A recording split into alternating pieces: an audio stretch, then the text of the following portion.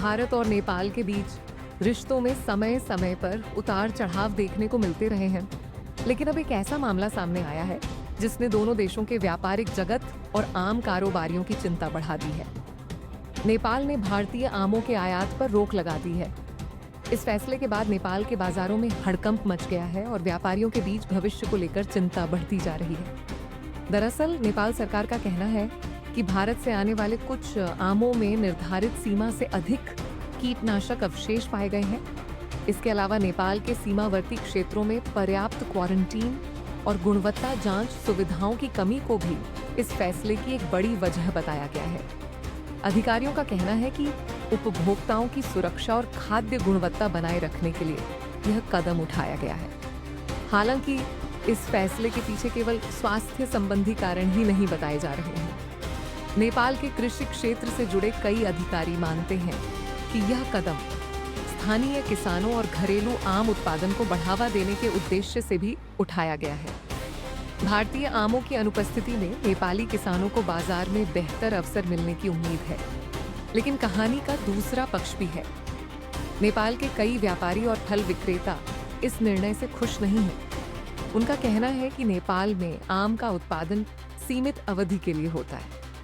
आमतौर पर मई से जुलाई के बीच ही स्थानीय आम उपलब्ध रहते हैं। ऐसे में पूरे साल की मांग पूरी करने के लिए नेपाल काफी हद तक भारतीय आमों पर निर्भर रहता है। जनकपुर धाम और मध्य प्रदेश के व्यापारियों का कहना है कि स्थानीय उत्पादन बढ़ना अच्छी बात है, लेकिन बिना मजबूत वैकल्पिक व्यवस्था के आयात पर रोक लगाने से बाजार में कमी पैदा हो सकती है। गर्मियों के मौसम में आम की मांग अपने चरम पर रहती है और यदि आपूर्ति प्रभावित हुई तो कीमतों में भारी बढ़ोतरी देखने को मिल सकती है। रिपोर्टों के अनुसार सप्तरी, सिराहा, धनुषा, महोत्तरी और सरलाही जैसे जिलों से प्रतिदिन 50 टन से अधिक आम बाजारों तक पहुंचता है।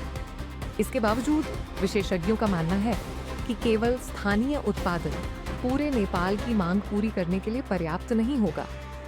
यही कारण है कि कई व्यापारी सरकार से पूर्ण प्रतिबंध के बजाय बेहतर क्वारंटीन और गुणवत्ता परीक्षण व्यवस्था लागू करने की मांग कर रहे हैं। व्यापारियों ने एक और चिंता जाहिर की है। उनका कहना है कि पहले भी भारतीय केले की आपूर्ति में रुकावट आने के बाद कीमतों में तेज बढ़ोतरी देखी गई थी। अब आमों के मामले में भी वैसी ही स्थिति बन सकती है।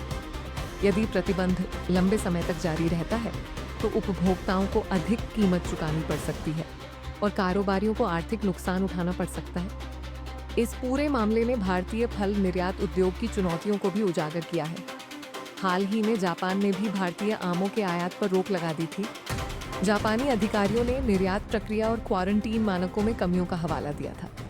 जापान का फैसला भारतीय निर्यातकों के लिए बड़ा झटका माना गया, क्योंकि यह आम निर्यात के पीक सीजन के दौरान लागू हुआ। अब नेपाल का कदम भारतीय आम निर्यातकों के लिए एक और चुनौती बनकर सामने आया है।